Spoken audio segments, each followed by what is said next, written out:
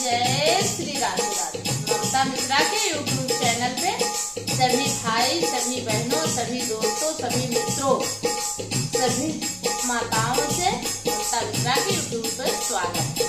आइए, अब शादी ब्याह आने वाला है।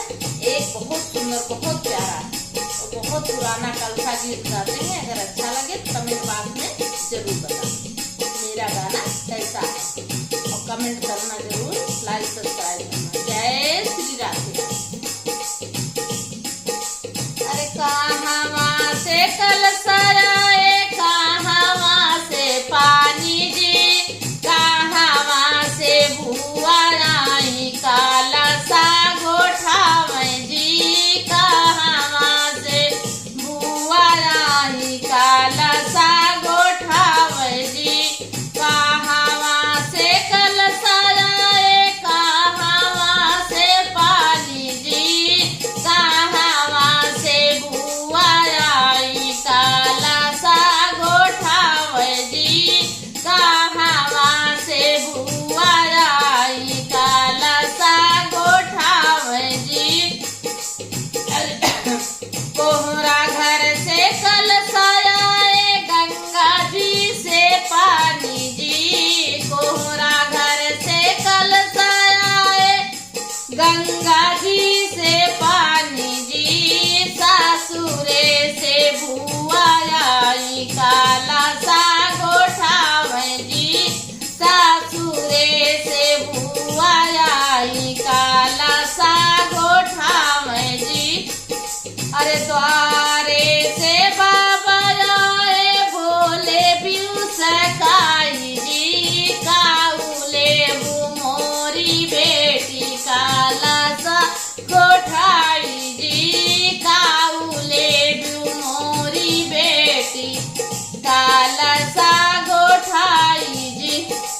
हाँ मैं कुछ नाही, हाँ मैं गहना चाही नाही, हाँ मैं गुड़िया चाही नाही, हाँ मैं रुपया चाही नाही, हाँ मैं पैसा जी, बना रहा है मोरे बाबा भैया से भतीजा जी, बना रहा है मोरे बाबा भैया से भतीजा जी, बना रहा भरा रहा है मोरे बाबा तो हो रहा मड़वना जी, भरा रहा है मोरे बाबा तो हो रहा मड़वना जी।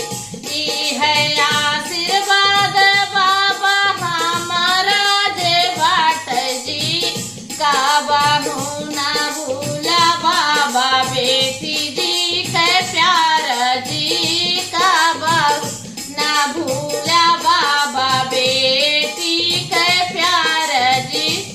कहाँ से कलसा आए, कहाँ से पानी जी, कहाँ से बहिनी आई, काला सा गोठावे जी, कहाँ से बहिनी आई, काला सा गोठावे जी।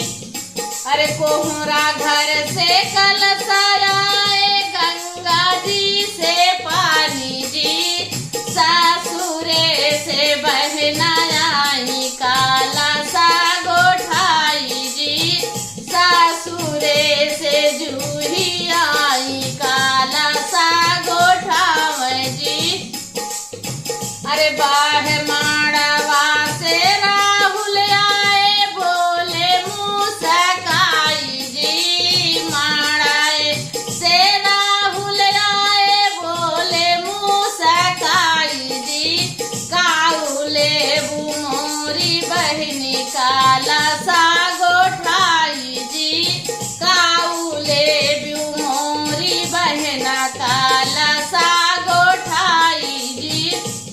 ना रुपया नाही पैसा लेबै, मोहरो ना गुहाई गोठाई जी, हारा दाम राख्या भैया, रखिया कै बंधाई जी, हारा दाम राख्या भैया, बहेना कै प्यार जी, भरा रहा है भाई।